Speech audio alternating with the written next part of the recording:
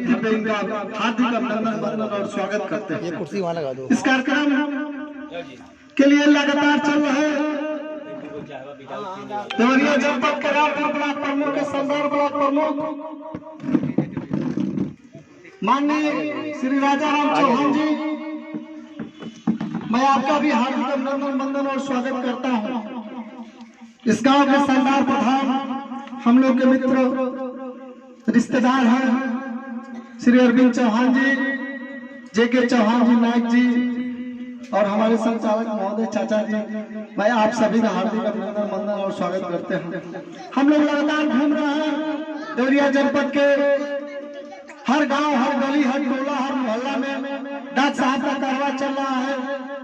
3 जनवरी को होने वाले कार्यक्रम में आप सभी लोग भारी भीड़ के साथ आएंगे, इसी उम्मीद से हम लोग चल रहे हैं, आप लोगों के बीच में आए हैं। चौहान समाज को एक लाइन में खड़ा करने के लिए, एकजुट होने के लिए और अपना ताकत दिखाने के लिए डॉक्टर साहब ने पूरे देश प्रदेश में छेड़ा है। हर जिले में कार्यक्रम इसी तरह हो रहा है। जिला स्तर होगा, फिर मंडल का कार्यक्रम होगा, फिर प्रदेश और फिर देश में ऐसे बड़े चौहानों का कार्यक्रम होगा जहां लाखों लाखों की भीड़ होगी। और छोटे छोटे गांव से आप लोग निकल के जब चलेंगे भीड़ में तो चौहान की ताकत दिखेगी देवरिया जनपद में। इसी आशा से समय कम है, हम अपनी बारी विराम करते हैं और आशा करते हैं कि आप लोग इस गांव से कम 200 से 300 लोग देवरिया कार्यक्रम 3 तारीख को चलेंगे। इसी के साथ अपनी बारी विराम करते हुए आप सभी लोगों का दोबारा हार्दिक अभिनंदन वंदन करते हैं। जय हिंद, जय भारत, जय जय। धन्यवाद। प्रधान जी ने, विजय भाई ने घोषेश्वर में कम समय में आप लोगों को अवगत कराया कि 3 तारीख के न्योता दे के जाता ना देवरिया आवे के बाद। अब इसी कार्यक्रम में मैं प्रमोद जी, राजा राम चौहान, बड़े भाई राजा राम चौहान जी के आमंत्रित करतनी कि यहाँ में अपने विचार के रखे प्रमुख जी। आज इस पोखरभिंडा ग्राम सभा में हमारे राष्ट्रीय नेता जनवादी पार्टी डॉक्टर संजय चौहान जी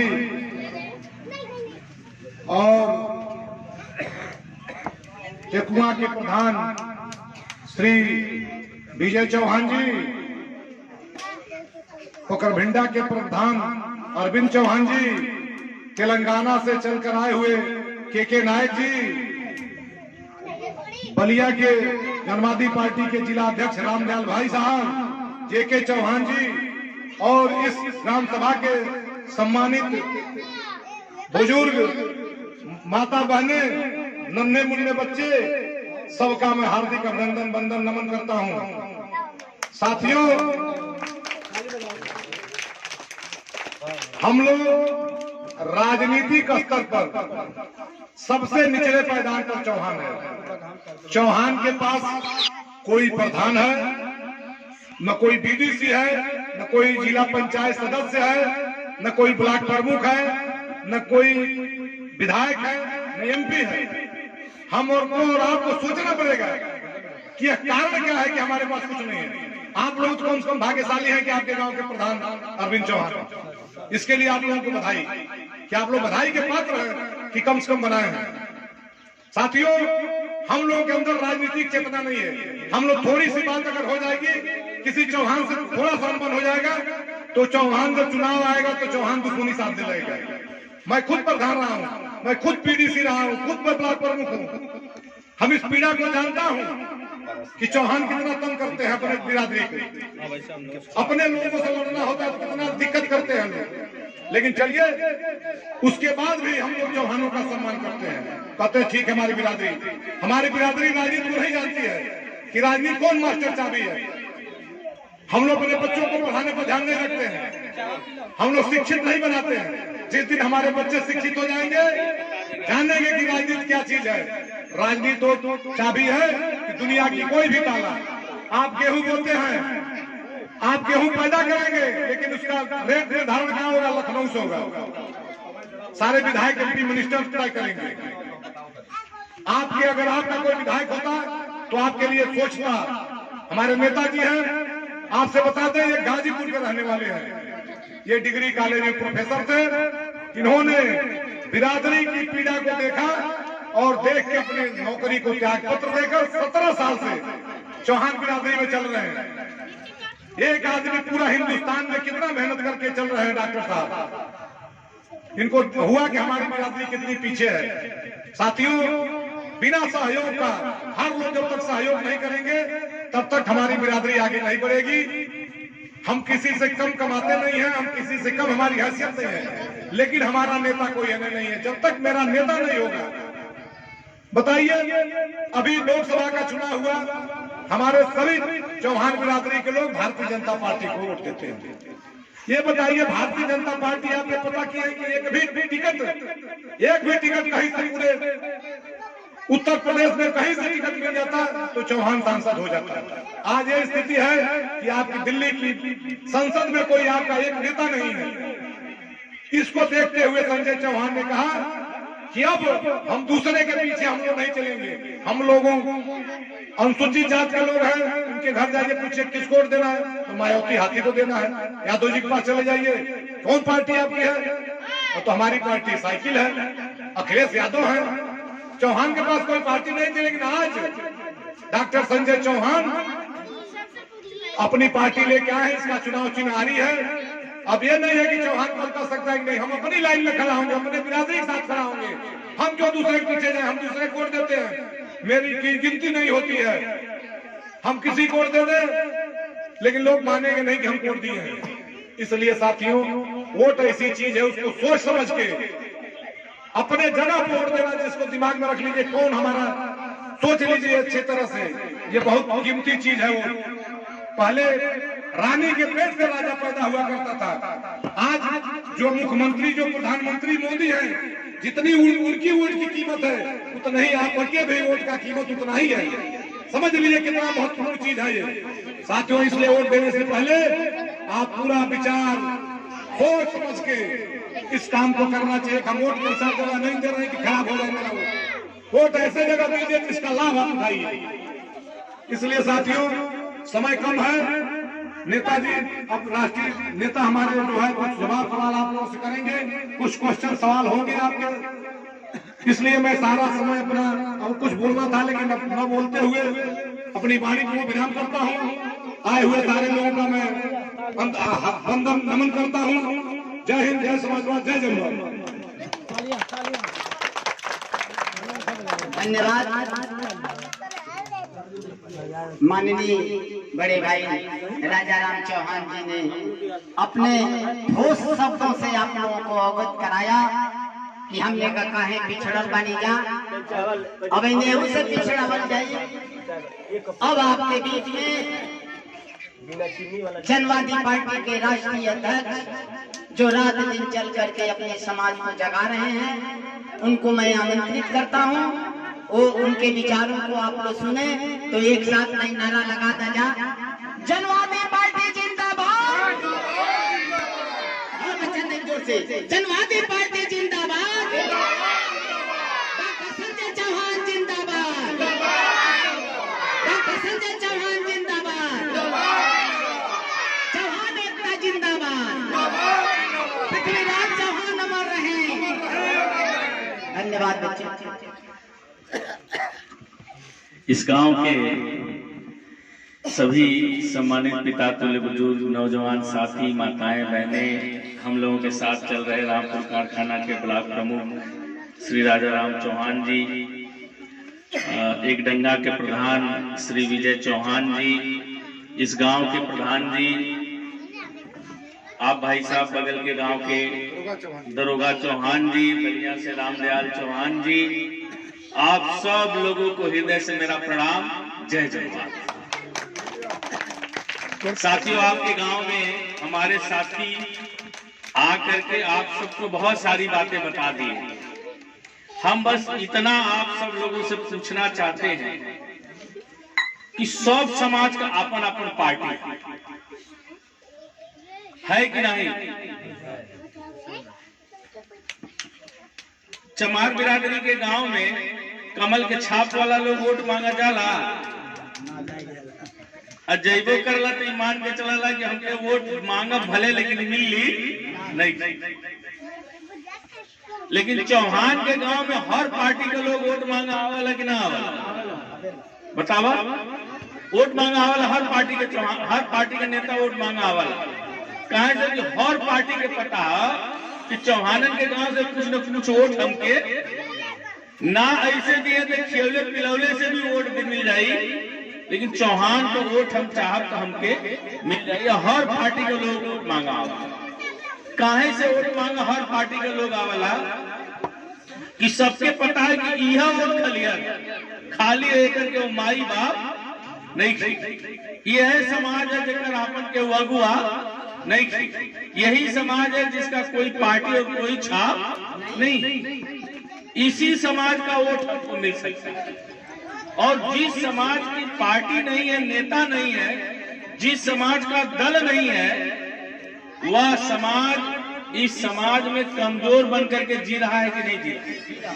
अभी बगल के भलौनी बाजार में एगो चौहान का लड़का खड़ा हो, साथ में एगो चमार का लड़का खड़ा हो, और उन दोनों लड़कों से किसी का झगड़ा करने की नौबत आ जाए तो चौहान के लड़के से झगड़ा करने में उसको थोड़ी सी भी हिचक नहीं होगी, लेकिन पता चल जाए कि बगल में चमार का लड़का तो उसे झगड़ा करने में 2 बार सोचेगा कि नहीं। मतलब हमार समाज उस बिरादरी से भी नीचे गिर गई। क्यों? क्योंकि उसको पता है कि चौहान को हम कर देंगे तो इसके पीछे कोई नहीं, हम दूल्हापड़ मार भी देकर के सुनने वाला नहीं। लेकिन अगर दलित बिरादरी है तो उसकी पार्टी है, उसका नेता है, लखनऊ और दिल्ली में बैठे हुए लोग हैं, अगर इसके ऊपर जुल्म और जाति होगी तो उसकी आवाज उठेगी। और आप लोग ईमानदारी से बताइए कि हम लोगों की आबादी किसी से कम है? किसी से कम है? हम पहाड़ गांव बा, आसपास के 10 गांव के बारे में लोग जाना तो बा, कौने गांव में बता डालो। प्रधान जी ईमानदारी से बताइएगा कि किसी गांव में आप बता दीजिए कि चमार बिरादरी का इतना वोट हो कि चमार को वोट देकर प्रधान बना ले।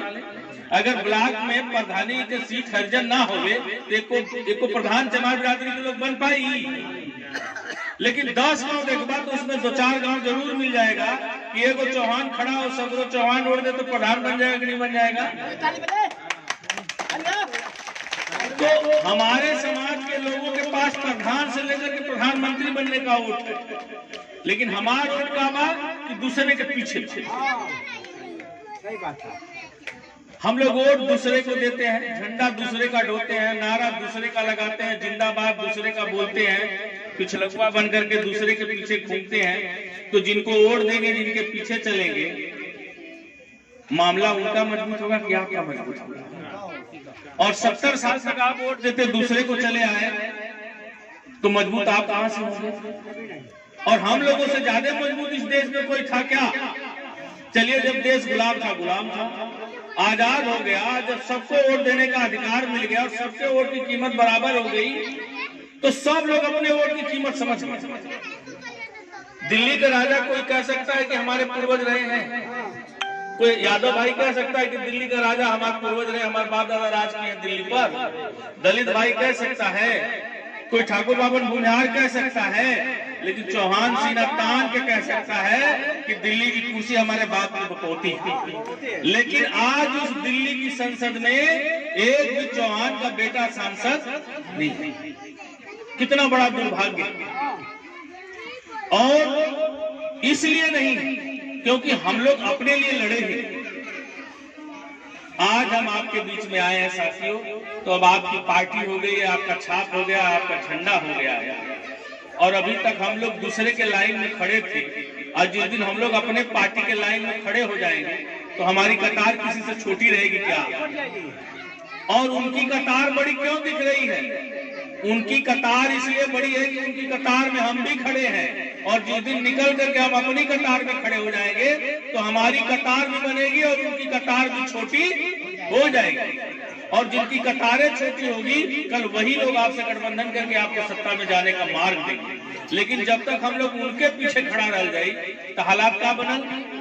हमार बिरादरी 3 चुनाव से 2014 का लोकसभा, 2017 का विधानसभा, फिर 2019 का लोकसभा, इन तीनों चुनाव में एक तरफा भाजपा को वोट दिए कि नहीं दिए?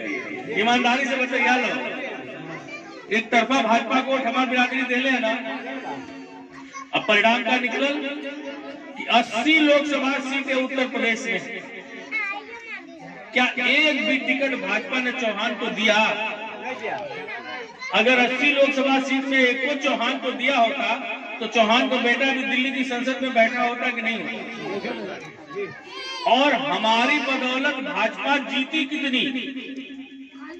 अभी योगी जी मुख्यमंत्री बन के बैठे, 325 विधायक जीते हैं भाजपा। उस 325 विधायकों में 170 विधानसभा की सीटें ऐसी हैं जितने वोट से भाजपा के विधायक जीते हैं, और जितना वोट चौहान भाजपा को दिया है, चौहान का वोट निकाल दीजिए तो भाजपा चुनाव हार जाएगी कि नहीं हार जाएगी? और 170 सीट अगर बीजेपी के खाते से निकाल दीजिए तो योगी मुख्यमंत्री बनकर के बैठता क्या? लेकिन आप लोगों ने देखा होगा कि जिस समय योगी जी मुख्यमंत्री की शपथ ले रहे थे तो अमित शाह ने कहा कि इस बार भाजपा को मुसलमानों ने भी वोट दिया है, इस बार भाजपा को यादव बिरादरी के लोगों ने भी वोट दिया। लेकिन क्या एक बार भी उसने नाम लिया आपका कि इस बार 90% चौहानों ने भी उनको वोट दिया? कोई आपका याद किया? कोई पूछा? आप वोट देकर के उनकी सरकार बना दिए, उनका काम हो गया। वो आपके लिए नहीं काम कर सकते क्योंकि उनको पता है, वो आपको टिकट इसलिए नहीं देते क्योंकि बीजेपी को पता है कि चौहान को देने की क्या जरूरत है, कि बिना दिए भी हमको वोट देने के लिए पहले से तैयार है वोट देने के लिए, तो इसको देने की क्या जरूरत है? और सबकी बात छोड़िए, इस देवरिया जिले की अगर हम बात करें, ये बरहज विधानसभा होगा, इस बरहज विधानसभा की अगर हम बात करें तो यहाँ 38,000 वोट चौहान पर। अब बरहज विधानसभा का जो भाजपा का विधायक जीता है, अगर चौहान इसको वोट न दे तो चुनाव जीत पाया होता? देवरिया जिले की एक भी सीट बीजेपी नहीं जीत पाएगी। और जिस दिन चौहान अपनी कतार में खड़ा हो जाएगा और बीजेपी को पता चल जाएगा कि अब चौहान अपना झंडा डंडा उठा लिया, अब हमको वोट नहीं करेगा, और बीजेपी को 170 सीट जिस दिन हारने की नौबत आ जाएगी तो 70 सीट आपको देकर के गठबंधन करना उसकी मजबूरी। लेकिन जब तक उनके पीछे आप खड़े हैं तब तक आपको कोई पूछने वाला। इसी 2019 के लोकसभा के चुनाव में भाजपा ने एक भी चौहान को टिकट नहीं दिया, लेकिन आपकी पार्टी और आपका झंडा गड़ा था तो सपा बसपा का जो आपस में गठबंधन बना था, महागठबंधन बना था, जनवादी पार्टी भी उस गठबंधन में रही और एक लोकसभा की सीट हमारे हिस्से में मिली और मैं चंदौली लोकसभा चुनाव लड़ा और 10,000 वोट हमको मिला था और 5,000 वोट से जबरदस्ती उसको बीजेपी के लोगों ने हरा दिया, क्योंकि बीजेपी के लोग जानते थे कि बिना सांसद विधायक बने डॉक्टर संजय चौहान चौहानों के अंदर इतना इंकलाब पैदा किया है। जिस दिन सांसद बन जाएगा तो सारा चौहान को गोलियां लेगा, और जब सब चौहान अपनी कतार में खड़ा हो जाएगा, अपना झंडा डंडा लेके खड़ा हो जाएगा, तो फिर भाजपा का झंडा कौन ढोएगा? तो बीजेपी को खतरा लग गया। बीजेपी ने अपना भविष्य भाप लिया कि किसी भी तरह से दुनिया की सीट जीते या ना जीते, लेकिन डॉक्टर संजय चौहान को चुनाव नहीं जीतने देना। लेकिन साथियों, मैं जानता हूं कि जिस दिन मेरा समाज अपना झंडा डंडा लेकर के खड़ा हो जाएगा और 2022 में सबको पता चल जाएगा कि अब चौहान अपने झंडे डंडे के साथ इंकलाब बोल दिया है, अब किसी का पिछलगुआपन स्वीकार करने के लिए तैयार नहीं है, तो इस देश की हर पार्टी आपसे गठबंधन के लिए तैयार हो जाएगी और आपके हक हिस्से को कोई रोक नहीं पाएगा। तो आज हम आप सब लोगों से निवेदन करने के लिए आए हैं साथियों, इस देवरिया जिले के चौहानों की परीक्षा है 3 फरवरी को, 3 जनवरी को, कि 3 जनवरी का चौहान इस देवरिया जिले में क्या संदेश देगा। और मैं जानता हूं कि जितनी बड़ी आबादी चौहानों की इस देवरिया में है, अगर 1 लाख की संख्या में देवरिया पहुंच करके चौहान एक बार इंकलाब बोल दे कि इस देवरिया का चौहान भी अब किसी का पिछलग हुआ नहीं है, अब अपनी पार्टी अपना छाप अपना झंडा बना लिया है, आने वाले 2022 के चुनाव में किसी दूसरे को वोट नहीं करेगा, तो इस देवरिया जिले में भी चौहान का बेटा विधायक बनेगा, कोई रोक नहीं पाएगा। और साथियों इस स्थिति को पैदा करने के लिए त्याग आप सब लोगों को करना पड़ेगा।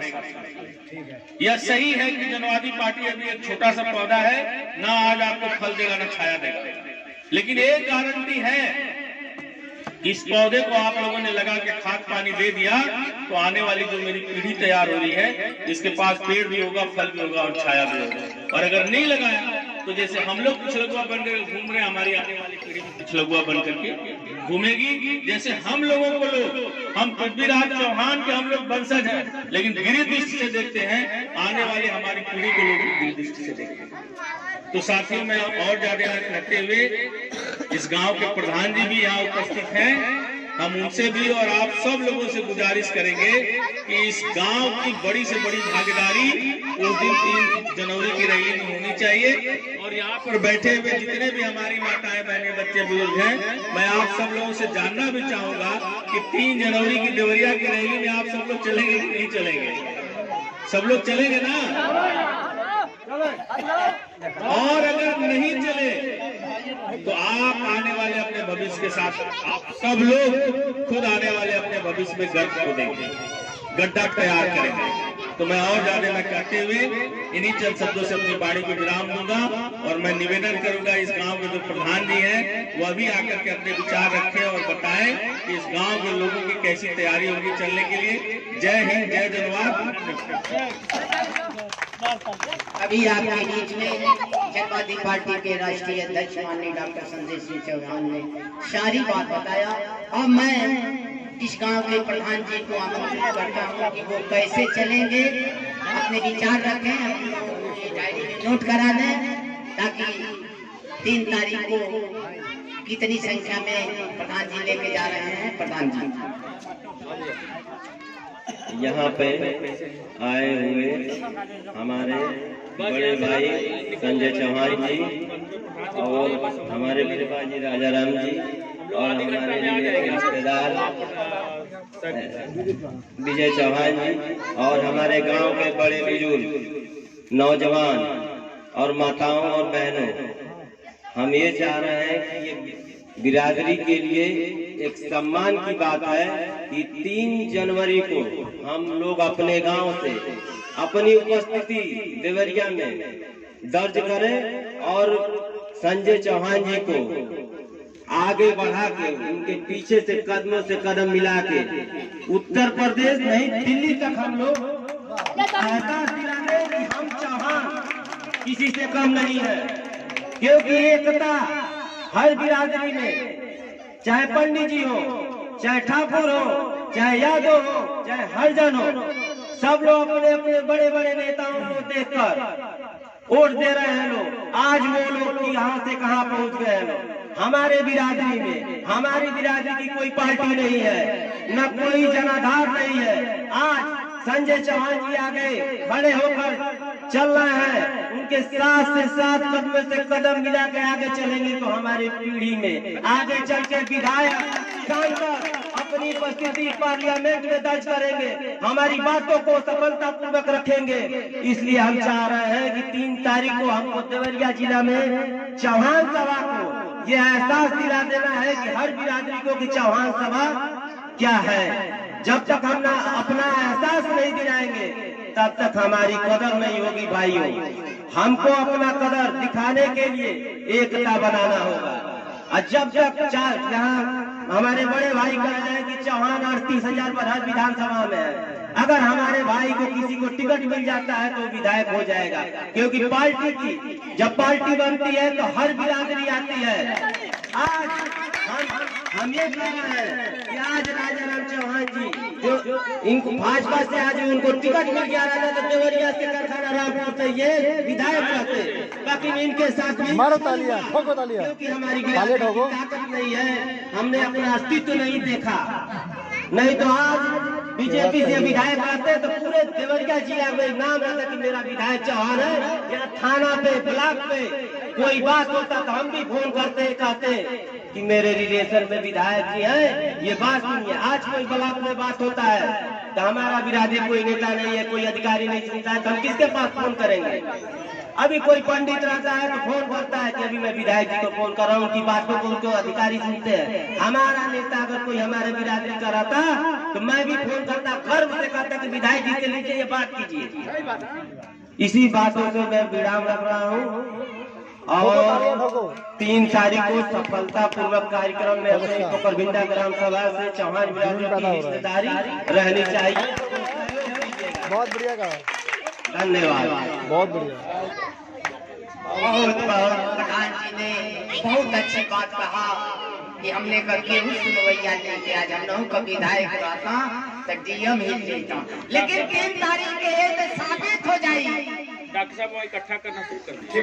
3 तारीख के आप सब साबित कर दें कि चौहान भी अब देवरिया का हीले वाला नहीं कहे डीएम साहब देख लाइए कितना अवकाश का। अब इसी के साथ अपनी बाणी पर विराम देते हुए हम लोग दूसरे गांव में चलेंगे। धन्यवाद आप सभी लोगों का।